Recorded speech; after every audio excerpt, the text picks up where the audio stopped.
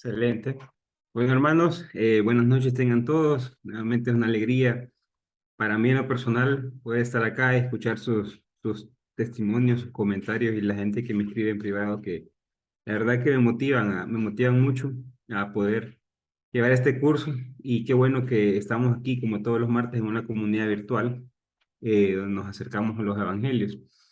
Vamos a dar inicio como siempre con una pequeña oración para luego proceder a este a esta clase hoy que va a estar muy buena. En el nombre del Padre, del Hijo y del Espíritu Santo. Amén. Amadísimo Señor Jesús, queremos darte gracias porque tú eres nuestro Maestro, eres nuestro Señor. Gracias, Señor, porque tú nos has revelado al Padre.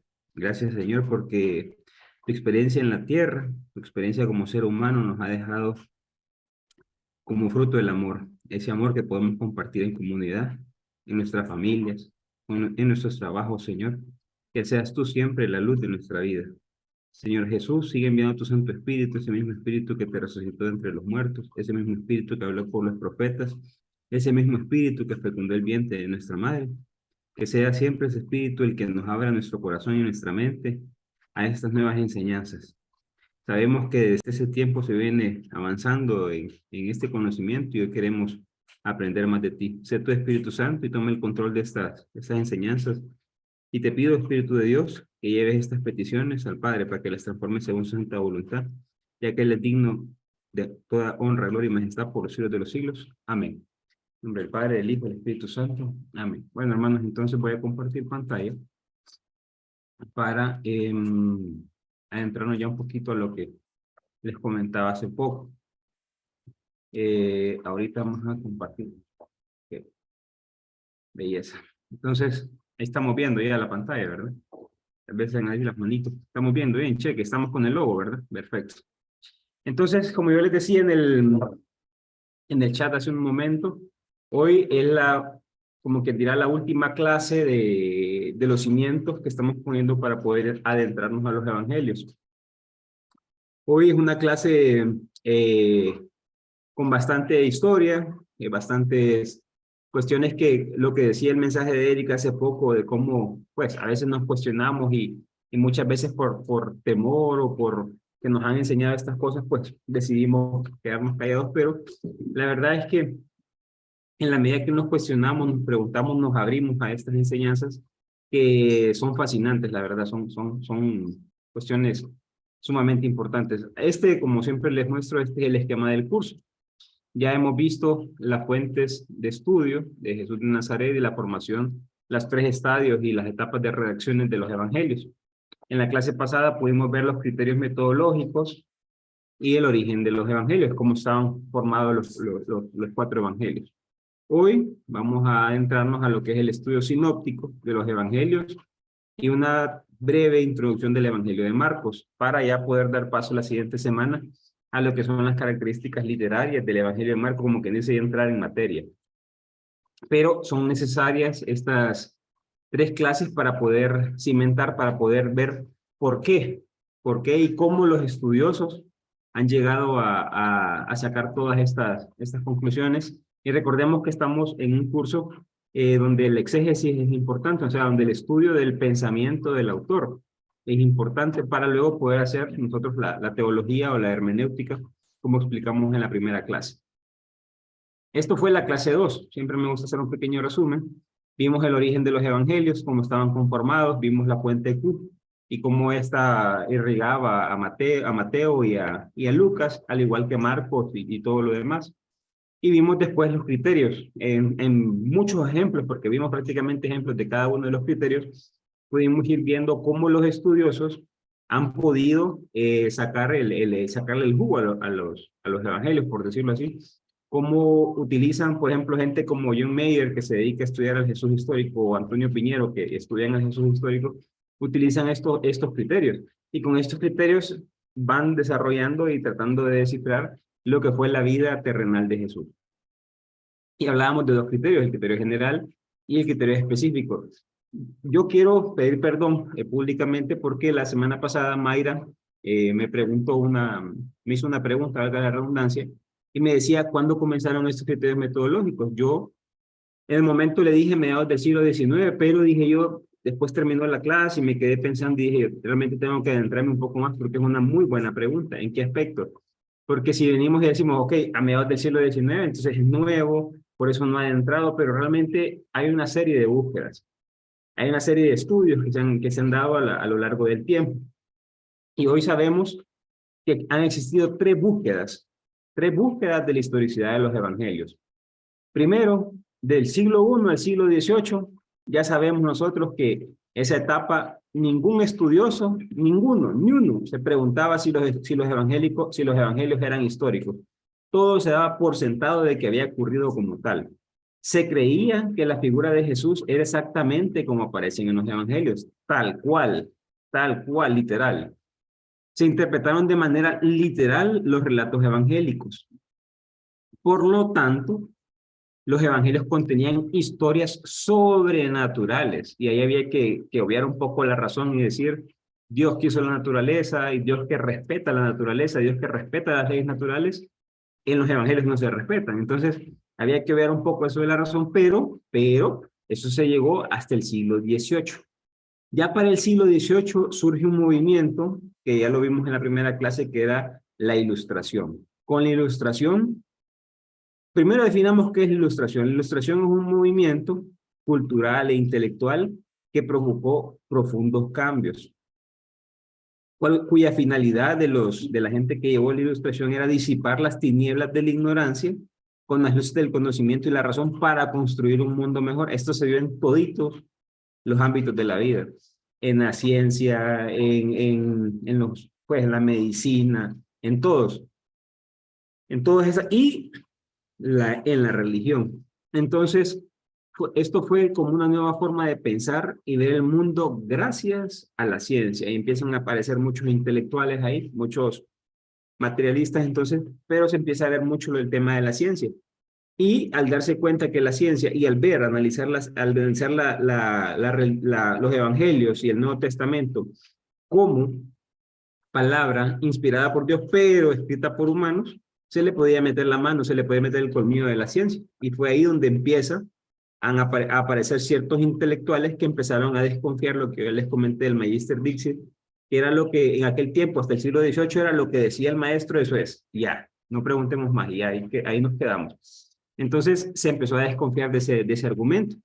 Empezaron a insistir en el poder de la razón humana para comprender el mundo. Se empezaron a preguntar si Dios, que me ha regalado esta inteligencia, este regalo que es de los más grandes que Él me ha dado, ¿por qué me lo tengo que quitar cuando hable de Él o cuando empiece a investigarlo? Entonces empezaron a surgir ese tipo de opinión, de ideas, de decir, vamos a estudiar a Dios, pero usando la razón.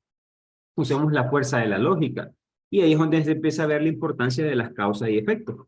Y entonces se empieza a notar que a toda causa hay un efecto y empiezan a ver cómo las enfermedades se producían por estas cosas y que no, por ejemplo, no eran castigos divinos, como todavía mucha gente anda diciendo del COVID de que era un castigo divino, pues eso para el siglo XVIII, con ilustración, ya se empieza a descartar, ya se empieza a ver que no, el ser humano ha provocado este tipo de cosas y que tiene que ver Dios en esto, pues. Entonces, se empieza a utilizar el tema de la razón. Y fue con la ilustración que los estudiosos de la Biblia comprendieron que los evangelios, esto es importante, están narrados desde la fe, están contados desde la fe, tienen un ropaje de fe, en el cual lo que quiere hacer, que sea malo para nada, lo que quiere mostrarnos es una buena noticia contada desde la fe, una buena noticia contada desde la fe. Ya con la ilustración del siglo XVIII para adelante aparece un brother que podemos llamarlo como el padre del Jesús histórico o de la parte histórica de los evangélicos, de los evangelios. Y se conoce como Hermann Reimarus. Este es muy famoso. Es un alemán, filósofo y un teólogo, y él decía que a Dios se le debe de entender por medio de la razón. Era un defensor del racionalismo religioso, rechazaba toda religión revelada. En 1736 y en 1768 publicó una obra importante que dice Apología de quienes adoran a Dios según la razón. Este señor primero empieza a denunciar todo lo del Antiguo Testamento, los absurdos relatos, los absurdos relatos o los ilógicos relatos y poco morales del Antiguo Testamento, como por ejemplo de que para la tierra prometida Dios tiene que matar a sus propios, Dios tiene que ayudar a Josué a que mueran la propia creación de Dios. Entonces decía, ¿cómo es posible de que un Dios esté con un grupito y que mande a matar a los demás? O de repente, se me fue el nombre ahorita, cuando el padre se acuesta con las dos hijas para tener relaciones y poder ser fecundos esas dos hipótesis. Entonces, él decía, no es posible que esto haya pasado, no es posible, o en el libro de jueces, Job. cuando, sí, Job no, sino, no, este es un, ay, se me fue, sé que en un momento me voy a acordar de él, y así habían un montón de relatos en los cuales él decía que era ilógico que hubiesen pasado. Por ejemplo, el de Jonás, él decía, es imposible desde la ciencia de que un hombre se haya metido en una ballena. Hoy sabemos que lo que fue una construcción, un relato construido desde la fe para dar un mensaje, que no pasó específicamente de esa manera, pero lo sabemos gracias a todos estos estudiosos. Fue el primero en plantear la diferencia entre el Jesús de los evangelios y el Jesús de la historia. Empezó, imagínense desde cuándo, ¿va? Desde 1694, este fue el pionero en mostrar todas estas cosas. Pero fue un avance. Él muere en 1768 y hay una curiosidad en esto. Él no logra publicar su libro. ¿Por qué? Recordemos que para ese tiempo, quien estuviera en contra de lo que decía el magisterio, estaba el tema de las cruzadas, perdón, de la Inquisición. Entonces, cuando ve que a Galileo Galilei se le priva de poder hablar y se le manda a casa, o a Giordano Bruno se le quema por decir que girábamos alrededor del sol, Rey Maros lo que hace inteligentemente es quedarse callado.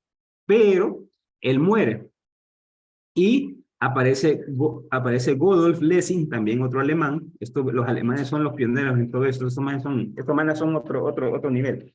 Entonces, aparece Godolf Lessing, que era un amigo de la familia.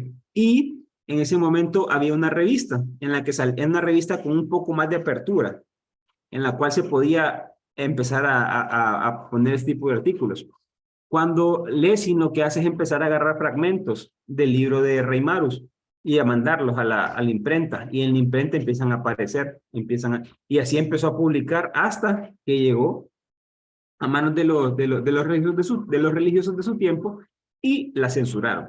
Pero la grandeza que tiene Lessing al final del día es tener el valor para haber publicado lo que Reimarus no lo pudo hacer. Con estos dos pioneros aparece Paulus, otro alemán. Paulus en 1827 publica un libro que se llama La vida de Jesús como base de un relato puramente histórico del cristianismo primitivo. Imagínense esos nombres, ¿verdad? Entonces, imagínense, la vida de Jesús como base de un relato puramente histórico del cristianismo primitivo. Y él decía que todo lo que cuentan los evangelios pasó realmente bajo una explicación natural, no con historias sobrenaturales. Entonces, de ahí empiezan a aparecer este tipo de ideas, este tipo de estudiosos, sobre todo en Alemania. Luego, el más grande de todos en esta parte es David Strauss. David Strauss era un filósofo, era un teólogo alemán de 1835 a 1800, hay un errorcito, no es 1836, 1836, publicó 2 volúmenes de un libro que se llama La vida de Jesús, críticamente analizada. O sea, ya es el que se mete al rollo de la ciencia este señor. Entonces empieza a agarrar todos los relatos del Evangelio y a meterle analizarlos a ver cómo pudieron haber sucedido. O sea, cómo se dio la caminata en el mar o de repente la multiplicación de los panes. Entonces él empieza ya con estas ideas y empieza a decir que todo tienen historias no son historias sobrenaturales ni son historias naturales, sino teologizadas. O sea, algo real, pero no ha sucedido. Y quiero explicar esto. Yo siempre que me toca predicar, y me toca hablar un poco de historia, siempre digo, voy a hablar historia de salvación, no historia crítica, sino historia de salvación. ¿Por qué? Porque la Biblia es historia de salvación. Historia de salvación, no relatos históricos, sino historia de salvación. Entonces, eso es lo que quiere decir David Strauss, de que son historias de salvación, o sea, algo real, pero que no sucedió. Y uno dice, ¿cómo es esto? Entonces, por eso les decía eso. Los evangelios son relatos con forma histórica cuyo objetivo es comunicar una verdad religiosa, o sea, verdad de salvación. Relatos embellecidos por la fe de las primeras iglesias. Decía también, hoy ya todas estas búsquedas, la segunda búsqueda que han sido estos estudiosos y otros más, ya no se sigue, la verdad, pero dejaron las intuiciones fundamentales. Primero, que los evangelios no contienen estrictamente historia, sino teología. Ojo, repito esto, no es historia, es teología falsa, no, nada que ver, es historia de salvación. ¿Qué significa historia de salvación? Que haciendo, escuchando la buena nueva, nuestras vidas cambian, nuestras vidas se salvan, nuestras vidas avanzan en el amor, podemos ser mejores ciudadanos, o sea, es un manual de salvación, pues. Cuentan relatos históricos, pero interpretados desde la fe. Entonces, esto era para contestar la pregunta de Mayra, porque pues creo que era importante entender este tipo de cosas y no solo decir a medida, no, al final pues ha sido un proceso. Y la tercera búsqueda es la que estamos en la actualidad. Vamos a entrar a lo que es la importancia del Evangelio de Marcos. Recordemos que el Evangelio de Marcos por mucho tiempo, hasta el siglo XIX, el Evangelio de Marcos era considerado la cenicienta de los evangelios, o sea, relegada completamente, debido a varias razones. La primera, su tamaño. Marcos tiene 16 capítulos en comparación con Mateo, que tiene 28, Lucas 24 y Juan 21. Entonces, decía, Marcos es el más pequeño de todos. Marcos realmente es un resumen. Y esa hipótesis quien la plantea, ya lo vamos a ver más adelante, San Agustín. ¿Por qué? Porque San Agustín se remite a tradiciones como la de Papías, que Papías, por ejemplo, decía, hoy entendemos que esto no pasó, de que Mateo estaba escrito en hebreo. Y pues los estudiosos han metido el rollo y han encontrado que es imposible. No hay una manera de cómo Mateo haya sido, el Evangelio de Mateo haya sido escrito en hebreo. ¿Por qué? Porque hay muchas partes en el lenguaje que un hebreo no se equivocaría. Alguien que es nativo de su lengua no se equivocaría. Y el evangelista, cuando encontramos los textos en griego, en efecto, se equivocan. Quiero comentarles que todo el Nuevo Testamento, absolutamente todo el Nuevo Testamento, se ha encontrado nada más en griego. No hay arameo, no hay hebreo, hay palabritas en arameo como talita kumi o efatá, ese tipo de cosas, pero todo el Nuevo Testamento está escrito en griego. Entonces, cuando ven el tamaño de Marcos, dice San Agustín, no, este es el resumen de Mateo. El más grande, claro, Mateo tiene una composición que cuando veamos Mateo van a quedar boca abierta, o sea, es una belleza ver cómo se compone Mateo. Realmente era alguien es alguien que quiere armar una biblioteca, pues se empieza a poner por ficheros, pero eso lo vamos a ver cuando veamos Mateo. Otra cosa, su lenguaje.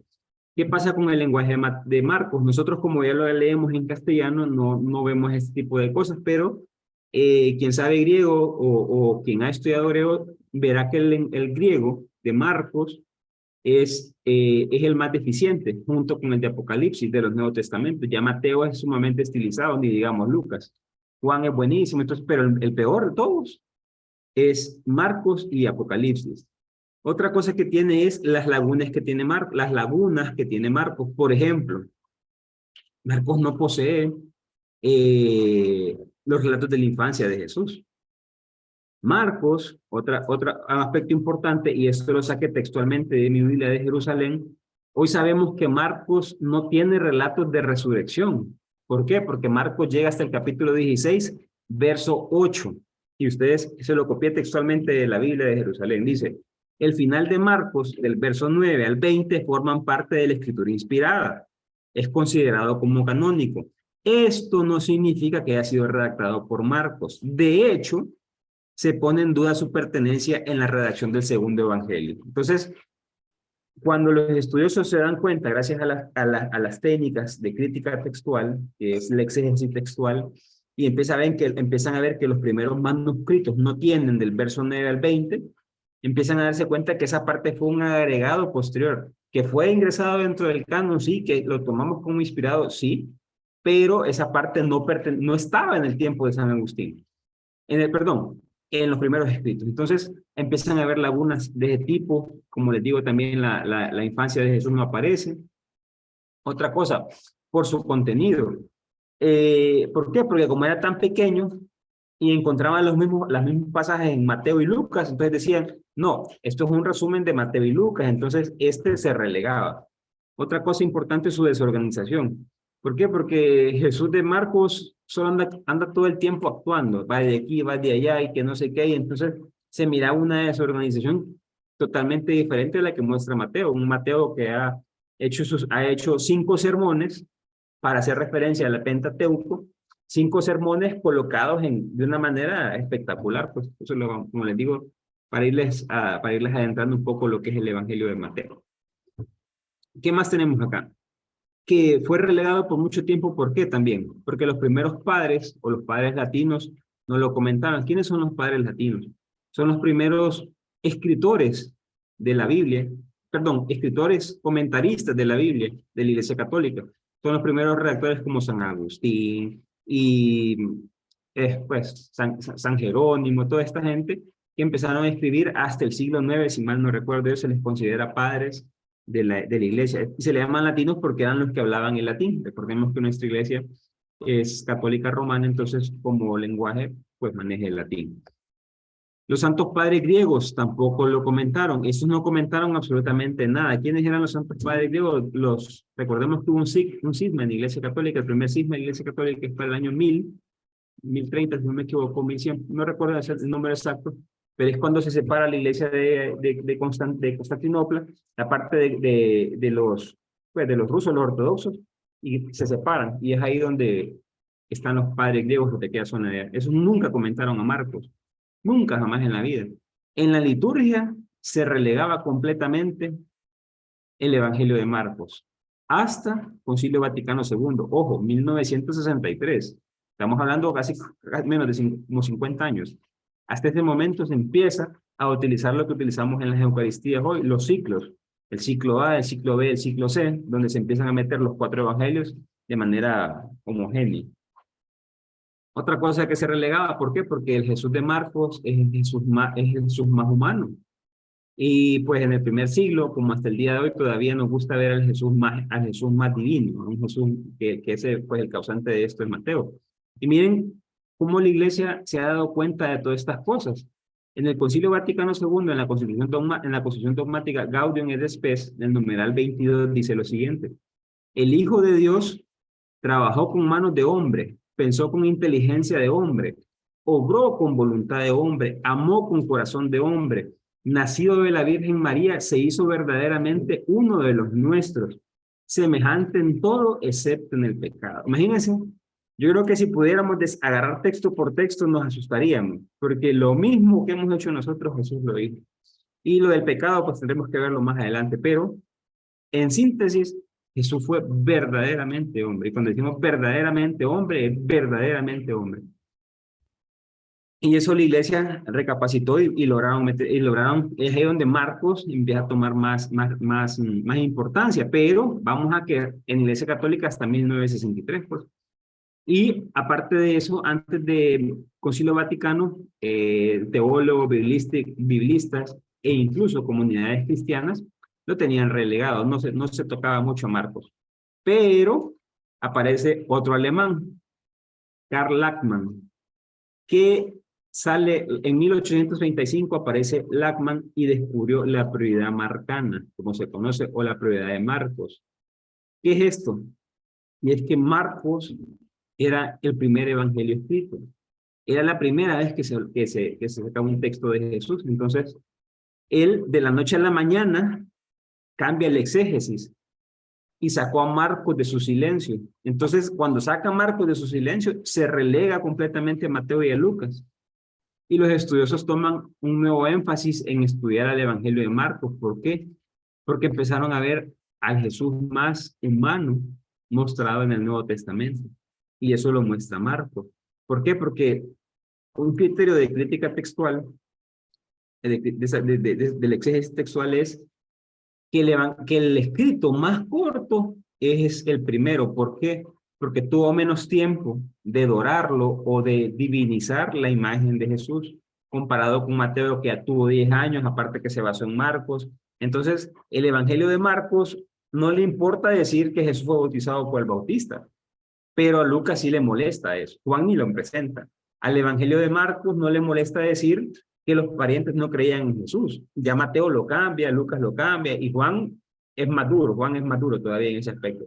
Entonces, vemos pues, Marcos no le importa. Marcos por eso es simbolizado como el león, porque es un solo, pues, o sea, realmente es un león.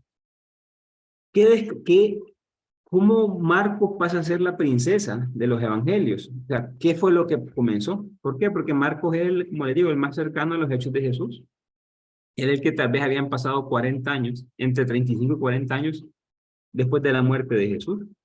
Luego se miró también que Mateo y Lucas, la fuente era Marcos. ¿Por qué? Porque Mateo y Lucas lo tenían y casi en su totalidad. Entonces empezaron a decir, ah, no, lo que pasó fue que Lucas y Mateo le copiaron a Marcos, no viceversa, sino que hasta ese momento se empieza a descubrir. Si se fijan, estamos hablando de 200 años atrás, pues. Se descubrió también que Marcos es un evangelio sumamente ordenado, con una construcción teológica del índice, que lo vamos a ver la otra semana, espectacular. O sea, es un índice artificial, pero espectacular, como lo muestra Marcos, y es un redactor excepcional. Aparte que Marcos fue el inventor del género evangelio. Nadie antes había expuesto el género, ojo, género literario, evangelio. Ya se hablaba de evangelio. Ya Isaías hablaba de las buenas nuevas que traería el mensajero y que no sé qué en Isaías 52, si no me equivoco.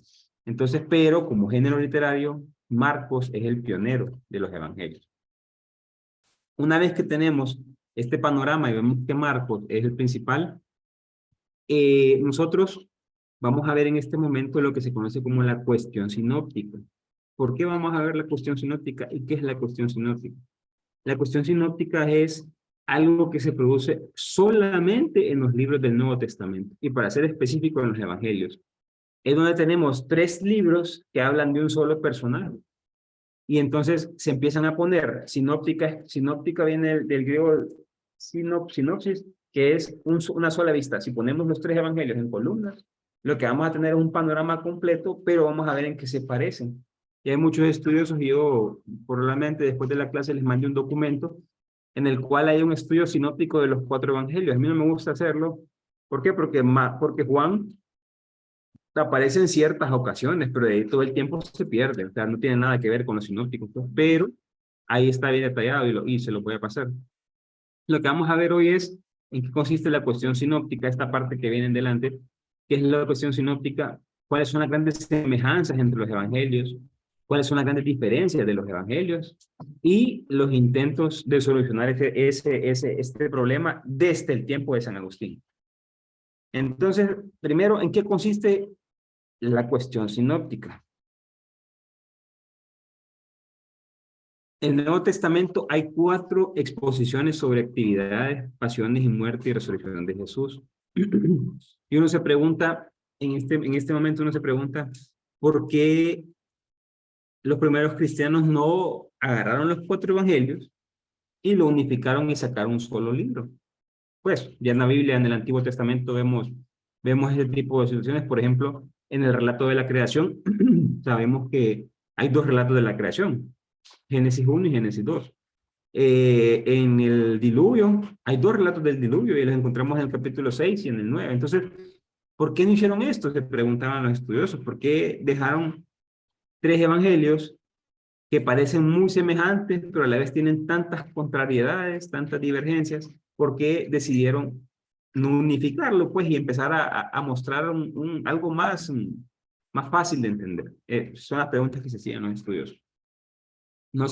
Y entonces no se dio preferencia a ninguno, sino que en la práctica todos fueron iguales. Si bien es cierto, en la liturgia o en los ritos sí, se le dio preferencia a Mateo antes que a Marcos, pero en la práctica todos eran iguales, pues. O sea, tenemos 4 evangelios y uno se pregunta, ¿y por qué no hubo algo para unificarlos, pues? Entonces, ahí es donde uno se hace las preguntas y se encuentran muchas sorpresas, y es la semejanza y las divergencias que existen en esos tres primeros evangelios. Recordemos que se les conoce como evangelios sinópticos a los tres primeros: Mateo, Marcos y Lucas. Lo digo en orden canónico, no en orden histórico, sino Mateo, Marcos y Lucas. Orden histórico sería Marcos, Mateo y Lucas. Entonces, se encontraron muchas semejanzas y divergencias entre los tres, un fenómeno que solo aparece en el Nuevo Testamento. Y fue hasta 1776 cuando otro alemán, Juan Jacobo Grispa, publicó un libro que se llama Synopsis Evangeliorum, en latín, ¿verdad? Donde descubrió que los tres primeros evangelios eran asombrosamente parecidos. Vean desde cuándo, 1776. Pero descubrió que el evangelio de Juan no encaja por ningún lado. Por eso cuando estudiamos los sinópticos, no metemos o no tocamos a Juan. Se descubrió que son aparentemente parecidos, pero con muchas diferencias. Y eso es lo que vamos a ver en la otra parte, en lo que se viene de la clase. A partir de este descubrimiento, los siguientes estudiosos comenzaron a llamar el problema sinóptico. O sea, que se podía ver los problemas o las diferencias y semejanzas con una sola vistada. A todo esto se le conoce como la concordancia discordante. Ese es el nombre científico, nombre técnico que se utiliza para mostrar el problema de los sinópticos. La concordancia discordante. Acá, por ejemplo, esto lo saqué del documento que les voy a mandar. Acá podemos ver, por ejemplo, el misterio de Juan, ¿a dónde está? Aparece en Marcos del 1 al 4, del capítulo 1, 4 a 8, en Mateo del 3, del 1 al 12, y Lucas 3, del 1 al 18. Entonces, ¿qué hacían estos estudiosos? Por ejemplo, vamos a estudiar el ministerio de Juan. Entonces, agarraban estos extractos, los ponían entre filas, como que, perdón, tres columnas, a la par, y decían, ah, mira que esta palabra, eso, pues el que quiera hacerlo, esa es una buena tarea, un estudio sinóptico, que es agarrar las tres columnas de los tres evangelios y decir cuáles palabras aparecen, a nosotros en la universidad nos pusieron eso, nos pedían de Marcos cuáles palabras están en Mateo y Lucas. Entonces, la que estaba, por ejemplo, las que aparecen en Marcos y aparecen en Mateo y Lucas, ponerlas en un color. Las que solo aparecen en Mateo en un color, las que solo aparecen en Lucas, las que aparecen en los tres en un color. Entonces, ahí se fue haciendo un estudio sinóptico, se le conoce eso, para poder empezar a ver todo esto que hemos hablado en estas casi 3 clases con la de hoy. Entonces, ¿en qué consiste la cuestión sinóptica? Aquí hay un problema, y es lo que vamos a tratar de exponer el día de hoy.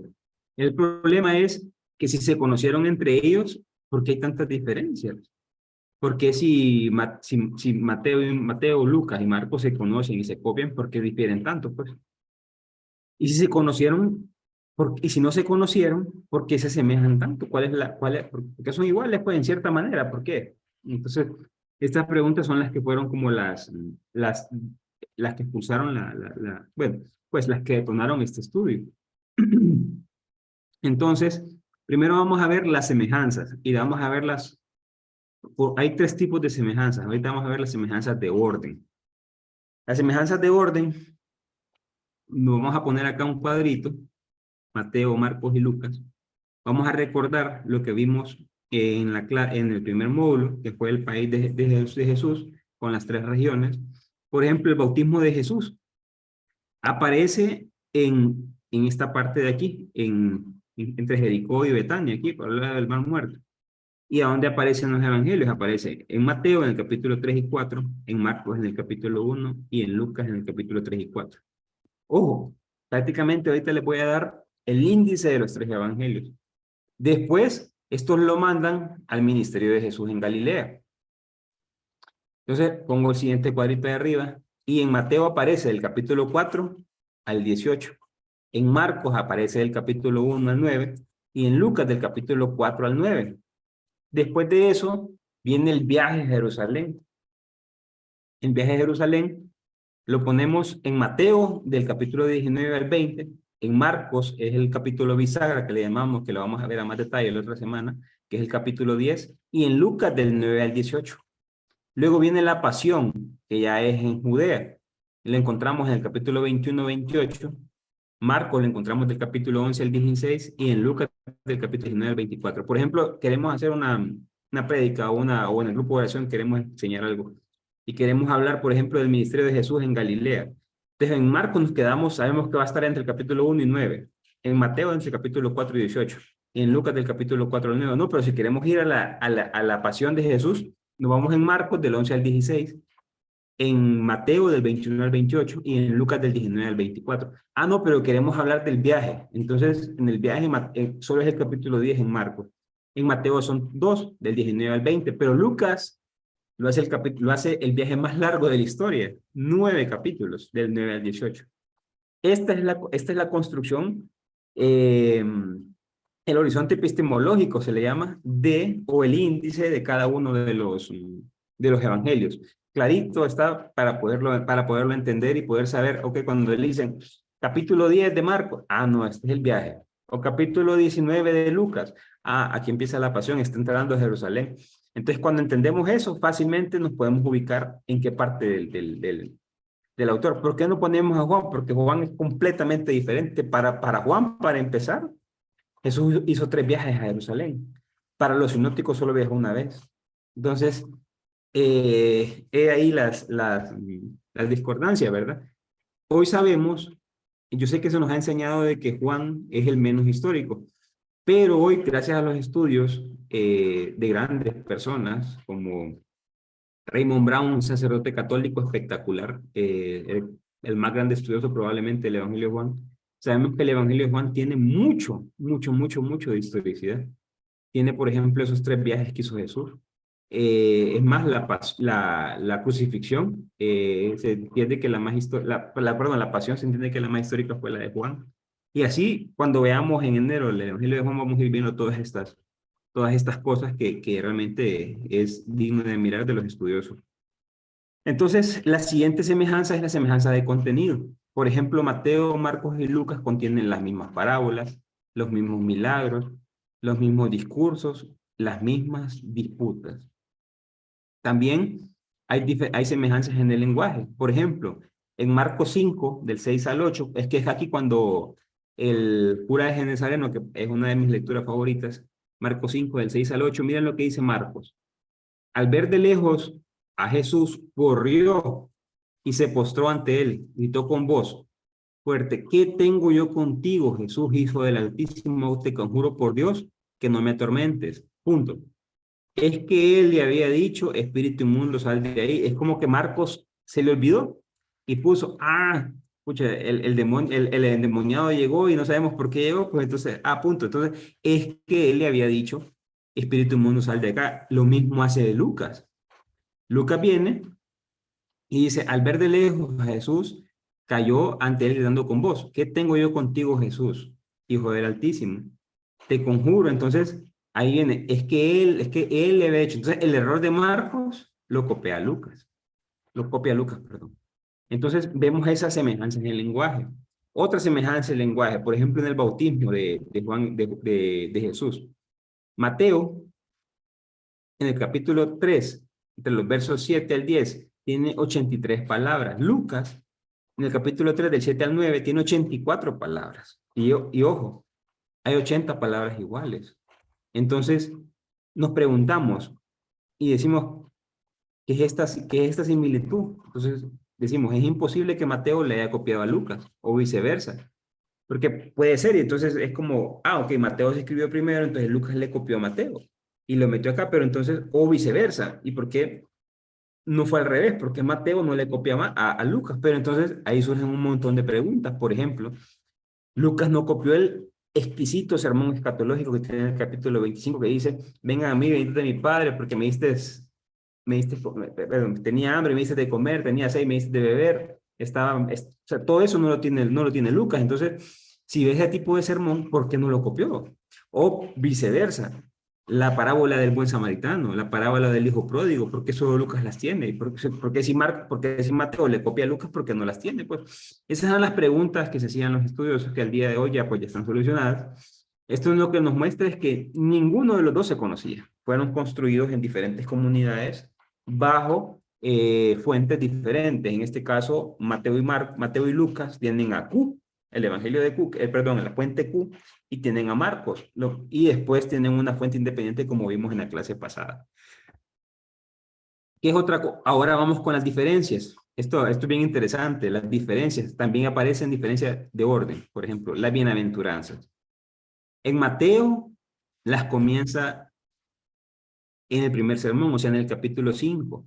Es el primer sermón de Mateo. Y en una montaña. Lucas, en la mitad del viaje a Jerusalén y en una llanura, en la Shefelá. Entonces uno se pregunta, ¿y dónde entonces fueron las bienaventuranzas? ¿En qué parte las proclamó Jesús? Las apariciones del resucitado. Para Mateo y para Marcos, las apariciones son en Galilea, y ahí es donde se llama la experiencia de Galilea. Ajá, pero para Lucas son en Jerusalén. Lucas, los estudiosos se han dado cuenta que Lucas tiene algo en contra de Galilea. Por eso, él tira las apariciones del resucitado a Jerusalén, como lo hace, recordemos que a Lucas se tiene que estudiar, nosotros no lo vamos a hacer así, pero se debería de estudiar junto con Hechos de los Apóstoles, porque se entiende que Lucas construyó dos tomos, que es el Evangelio de Lucas y Hechos de los Apóstoles, pero fue San Ireneo de León, allá en el año 180, quien separó y metió el Evangelio de Juan, y eso lo vamos a ver cuando estudiemos el Evangelio de Juan. Otra cosa, las parábolas.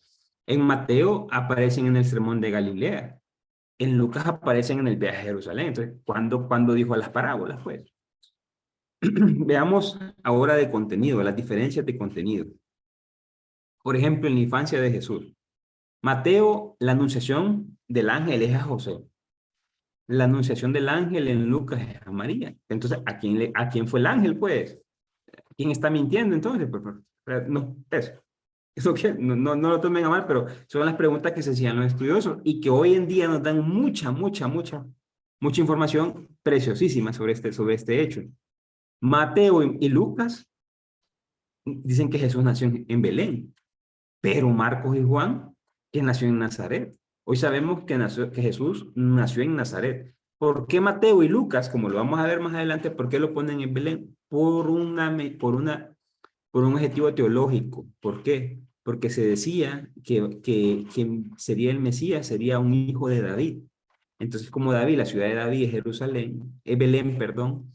Entonces, por eso Mateo y Lucas hacen la construcción teológica para decir, este es el Mesías. Pero, como les digo, eso lo vamos a ver cuando vayamos viendo cada evangelio. Yo les prometo que lo vamos a ver. Hoy sabemos históricamente que el lugar más seguro de que Jesús haya nacido es en Nazaret. Mateo nos cuenta, en la infancia de Jesús nos cuenta lo siguiente, que Lucas no tiene. Por ejemplo, los reyes magos. Solo en Mateo aparece. La huida a Egipto. Solo en Mateo aparece.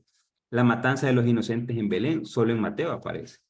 La muerte de Herodes, solo en Mateo aparece. O el regreso a Nazaret, solo en Mateo aparece. Cuando veamos Mateo, vamos a ver cuál es la intención del autor en poner la huida a Egipto. ¿Cuál es la intención del autor en poner la matanza en Belén? De los adelantos es para mostrar que Jesús es el nuevo Moisés, el nuevo liberador del pueblo de Dios. Son unos mensajes teológicos brutales que vamos a ver en su momento. Lucas nos cuenta, por ejemplo, los pastorcitos a los que le habla el ángel. Y esto es hermosísimo porque el pastor era visto de una manera terrible en el tiempo de Jesús. El pastor era verlo como el pagano o lo más peor de la sociedad. Y es lindo ver cómo Lucas construye ese relato para decir, Dios viene por los más relegados, Dios viene por los más lejanos, por los excluidos de la sociedad. Entonces, es fabuloso. También se los prometo que lo vamos a ver. La visitación de María e Isabel, porque en Mateo no está, pues eso está en Lucas. Como les dije en aquel momento, Lucas construye este relato para mostrar que Jesús sí se conoció con Juan el Bautista, porque en el bautismo, aunque tienen 80 palabras similares, nunca aparece Juan bautizando. A Jesús a saber quién lo bautiza, pues, pero se bautiza. Entonces, ¿qué hace Lucas? Pone que se conoció con Juan el Bautista en el vientre.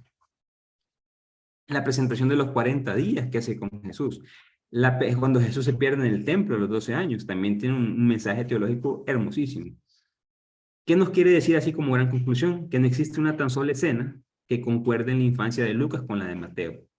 Cada uno tiene un propósito teológico que nos va a ayudar a crecer.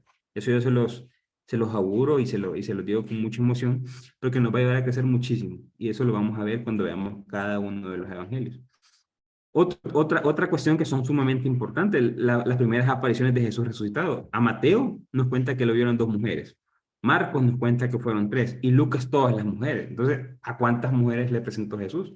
Esos son los tipos de discordancias que no cuadran en los evangelios, pero que tienen un mensaje, reitero, teológico brutal, un mensaje que es digno de que lo hayan hecho de esa manera. Pues yo no critico para nada que lo hayan hecho, más bien me alegra que lo hayan hecho. Me preocupa que hayamos todavía tardado tanto tiempo para poder empezar a ver esas cosas. Y esto es lo bueno. Imagínense la gente que no lo puede ver, la gente que se está cerrando a ver todas estas cosas. Nosotros lo estamos, gracias a Dios, en el camino, pues. ¿Qué otra cosa? Por ejemplo, a Mateo, las primeras apariciones, Mateo en una tumba se encuentra el ángel del Señor, dice que ahí se encontraba en la tumba. Para Marcos, un joven fue el que le dijo eso, y para Lucas se encontraron 2 hombres. Entonces, ¿con quién fue que se encontró? ¿Cuál fue la primera aparición del resucitado? Pues, porque la primera aparición para Lucas, recordemos que es lo del capítulo 24 de los discípulos de Maús. Entonces, otra de las diferencias de contenido, que está fuerte, pues lo que se viene, pero es la realidad, con el Padre Nuestro. En Mateo lo pronuncia en el Sermón de la Montaña, en el capítulo 6, entre los versos 9 al 17. Siete peticiones, 7 peticiones. Para Lucas, lo dice en el viaje a Jerusalén con 5 peticiones. Entonces, ¿cuál es el verdadero Padre Nuestro? Pues, ¿con cuál nos quedamos? O sea, ¿con cuál fue el que dijo Jesús? ¿Quién está quitando y quién está poniendo? Son las preguntas que se hacían los estudiosos en su momento. Que todo hoy tiene respuesta, obviamente, y tiene el mensaje teológico de fondo. Otra cosa interesante, las bienaventuranzas. Mateo presenta 9 bienaventuranzas en el capítulo 5. Lucas solo presenta 4. ¿Cuántas fueron las bienaventuranzas entonces? En la última cena, que es sumamente importante para nosotros, los católicos. Mateo, Marcos, Lucas y 1 Corintios lo puse ahí porque son las 4 veces que se hace alusión de la cena del Señor. Ninguna tiene las mismas palabras. Entonces, ¿cuál fue la que sí dijo Jesús? Pues, entonces, estas son las preguntas que se hacían los estudiosos en aquel momento y que el día de hoy siguen dándonos luces para poder encontrar los mensajes teológicos, los mensajes de salvación, las buenas nuevas del Evangelio. Entonces, ya para ir finalizando esta parte, vamos a ver cuáles fueron los intentos de solución desde el primer siglo, desde el siglo IV. En el siglo IV aparece San Agustín, como ya lo sabemos, alguien sumamente espectacular. Y recordemos que él contaba con el Magister Dixi. Lo que decía San Agustín era ley. ¿Por qué? Porque él tenía una altura moral impecable, era un santo, pues, era una persona como pocas que han vivido en la iglesia, con una calidad de escritos que hasta el día de hoy llegan. Pero así como San Agustín intentó dar ese tipo de solución, por ejemplo, San Agustín sabemos que es el precursor de la idea del purgatorio. No es hasta el tiempo de San Agustín cuando comienza la idea del purgatorio y después se hace dogma en la Iglesia Católica. Entonces, San Agustín, para que veamos el peso que tenía como religioso o estudioso de la época. De San Agustín, en su libro de Consensum Evangelisterum, dice lo siguiente, que Mateo es el primero, que Marcos copia a Mateo, y luego aparece Lucas ampliando todo esto. ¿Qué ha pasado?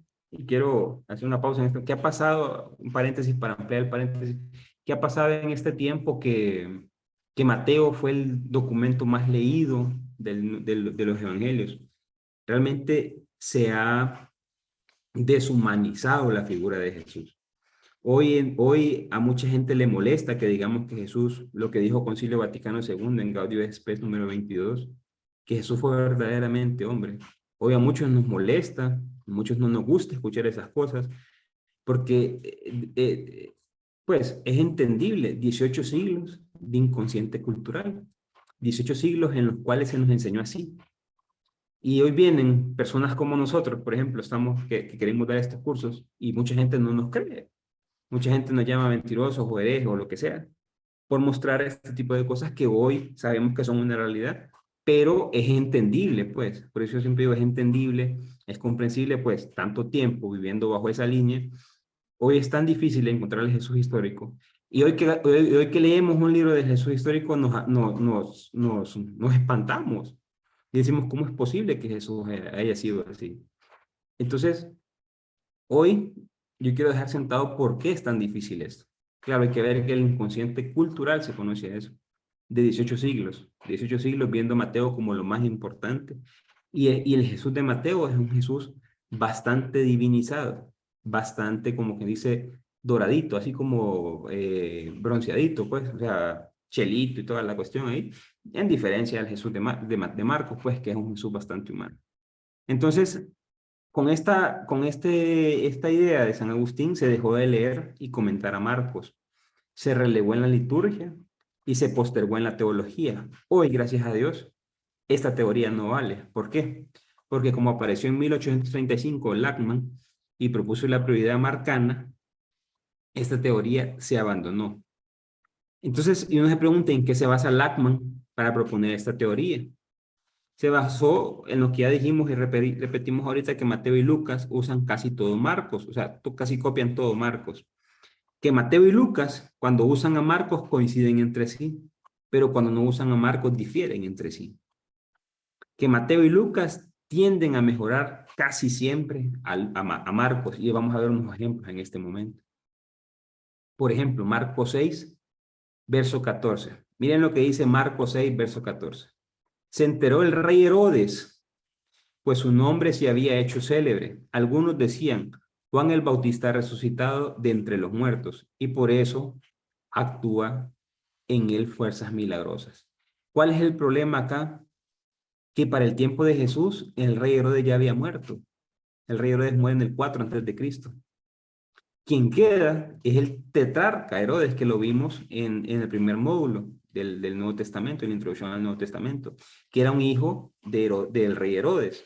Entonces Marcos se equivoca, pero ya viene Mateo, y miren lo que pone Mateo. En aquel tiempo se enteró el tetrarca Herodes de la fama de Jesús. Ajá, ya lo corrigió, el tetrarca Herodes. Miren lo que dice Lucas. Se enteró el tetrarca Herodes de todo lo que pasaba y estaba perplejo porque unos decían que Juan el Bautista había resucitado entre los muertos. Ya corrigen a Marcos. Otro ejemplo, Marcos 6. Jesús le dijo, un profeta solo carece de prestigio en su patria, entre sus parientes y en su casa. Miren lo que hace Mateo. Y se escandalizaban a causa de él. Mas Jesús les dijo, un profeta solo carece de prestigio en su patria y entre los suyos. ¿Qué pasa con Mateo? Vamos a ver con Lucas. Y añadió, os aseguro que ningún profeta es recibido en su patria. ¿Qué pasa? Marcos dice que un profeta no es recibido en su patria ni entre sus parientes. Mateo tiene otra intención, entonces quita parientes. Y a Lucas quita entre los suyos y ya pone en una patria. Entonces, cada uno ha ido mejorando o bajo un propósito teológico la figura de Jesús. Veamos Marcos 10. Se ponía en camino cuando uno corrió a su encuentro y arrodillándose ante él le preguntó, Maestro bueno, ¿qué tengo que hacer para tener vida eterna? Jesús le dijo, ¿por qué me llamas bueno? Nadie es bueno sino solo Dios. Este texto dicen que es de los más históricos que hay. ¿Por qué? Porque Jesús está mostrando que Él no es Dios. Jesús está diciendo que el único bueno es Dios. Miren lo que hace Mateo. Mateo 19, 16 al 17.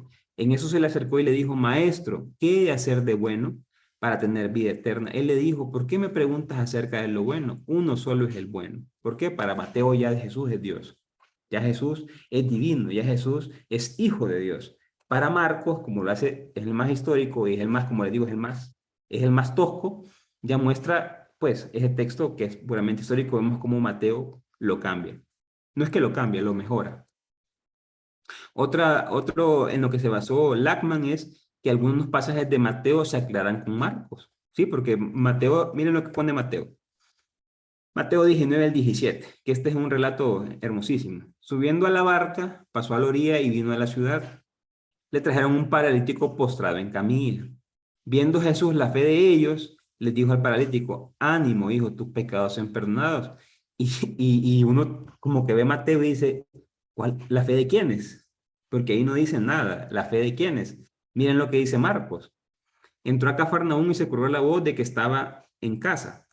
Se agolparon tantos que ni siquiera ante la puerta había sitio y le anunciaban la palabra. Le trajeron un paralítico llevado entre cuatro. Al no poder presentarlo debido a la multitud, abrieron el techo encima de donde estaba y a través de una abertura se hicieron descolgar la camilla donde yacía el paralítico. Viendo Jesús la fe de ellos, dice el paralítico, hijo, tus pecados. Ah, dice uno.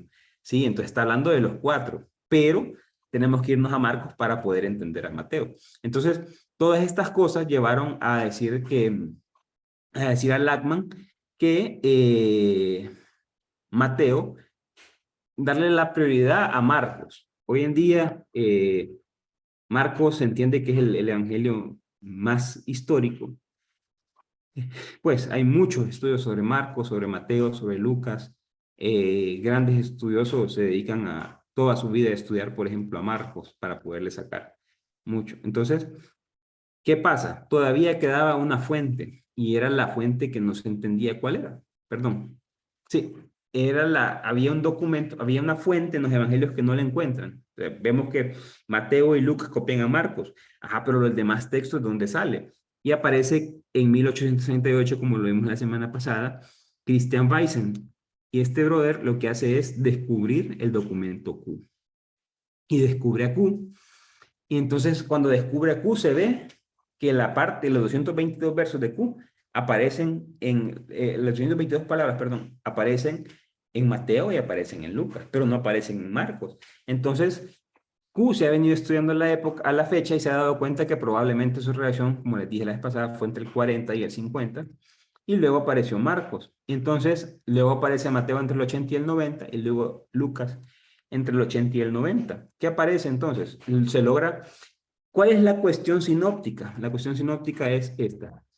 Q le da a Mateo, Marcos le da a Mateo, Q le da a Lucas, Marcos le da a Lucas. Este es el problema sinóptico. Hemos visto, ya para ir finalizando, hemos visto a lo largo de esta clase de hoy cómo fue la búsqueda que me pareció importantísimo poderle explicar. También hemos visto la cuestión sinóptica y cómo Mateo y cómo Lucas muestran a un Jesús más divinizado y a Juan lo saca del estadio. Entonces, muchos estudiosos dicen que si Jesús bajara, y esto lo digo así, literal, pues porque muchos estudiosos dicen que si Jesús bajara, pues anduviera caminando y leyera el Evangelio de Juan, no lo entendería. De tanto que logró mostrar la teología, ojo, la teología de Jesús. Entonces, esto que estamos viendo, que hemos visto en estas tres clases, lo que estamos haciendo, reitero, es poniendo los cimientos. Y ahora tenemos un panorama más claro, podemos entrar a cada uno de los evangelios y poder ver la intención teológica del autor. ¿Para qué? Para después poder hacer hermenéutica nosotros, para poder después hacer nuestra propia teología, una teología que nos haga más libres, que nos haga más felices, que nos ayude a encontrarnos con Jesús, que nos ayude a encontrar, como dirá Pagolá, a ese maestro interior, a ese maestro que es capaz de mover nuestras vidas, ese maestro que nos lleva a entender al Padre, y esto es lo que se conoce como la cuestión sinóptica. Esto es muy importante entenderlo. Ustedes ya prácticamente hoy estamos más que claros y podemos, como les digo, entrar a la siguiente parte que vamos a hacer el otro martes. Hoy hemos visto muchas cosas que seguramente la mayoría de ustedes se ha preguntado, se ha cuestionado, y pues a veces el afán del día o el trabajo lo hace a uno como dejarlas ahí, pero cuando entendemos todo esto, podemos ir avanzando y lo que se nos viene, hermanos, ya ahorita en adelante es la parte toral. Vamos a ver la teología, vamos a ver las cuestiones que solo aparecen en cada uno de los evangelios, vamos a ver vamos a ver estas genialidades. Para mí los evangelistas son unos autores sin precedentes, son gente sumamente inspirada por Dios, definitivamente, porque yo siempre que ando pensando y cuestionándome, digo yo, no hay una manera de pensar que esta gente pudo hacerlo solo, pues, o sea, no hay una manera. En todo se ve la mano de Dios y en todo se ve cómo Dios se mostraba, cómo Dios hablaba con ellos y cómo Dios los inspiraba. Por eso la iglesia no se equivoca y son inspirados completamente. Son unos evangelios que nos van a dejar fascinados, nos van a cuestionar, obviamente, pero no es nada del otro mundo, no es nada que nos vaya a trastocar la fe para nada. La idea de este curso es que ustedes y nosotros, bueno, todos podamos fortalecer más nuestra fe, y nos podamos centrar más y directamente al Padre. Entonces, vamos a ir culminando con una oración para que sea siempre Jesús que nos acompañe, así como le habló a sus discípulos, ya sea en la montaña o en la Shefelá, en la llanura, ya sea en el viaje a Jerusalén o en Galilea o en la misma pasión. Cuando le hablaba a sus discípulos, yo siento que nosotros hoy nos sentamos en la mesa a aprender del Maestro. Entonces, vamos a darle las gracias al Señor. Señor Jesús, quiero darte gracias, Señor, porque tú sigues hablando en nuestros corazones. Quiero darte gracias, Señor, porque tú eres el maestro interior, tú eres el maestro que nos guía al Padre. Tú eres el maestro que nos muestra esta historia de salvación.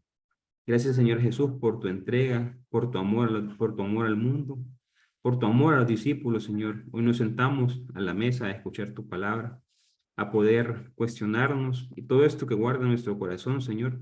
Sé tú el que lo conteste, sé tú el que lo muestre, sé tú el que nos revele, el que nos muestre la revelación del Padre.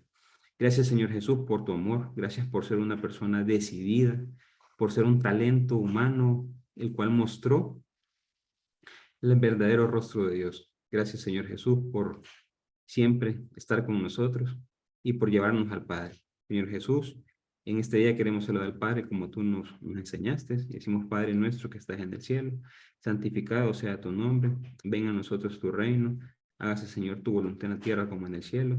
Danos hoy nuestro pan de cada día, perdona nuestras ofensas como también nosotros perdonamos a los que nos ofenden. No nos dejes caer en tentación y líbranos de todo mal. Amén. Y a ti, Madre Santísima, como el ángel te saludó, decimos juntos, alégrate María, llena eres de gracia, el Señor es contigo, bendita tú eres entre todas las mujeres y bendito es el fruto de tu vientre Jesús. Santa María, Madre de Dios, ruega por nosotros pecadores, ahora y en la hora de nuestra muerte. Amén. Y que el Señor siga bendiciendo en el nombre del Padre, del Hijo, del Espíritu Santo. Amén. Voy a dejar de compartir.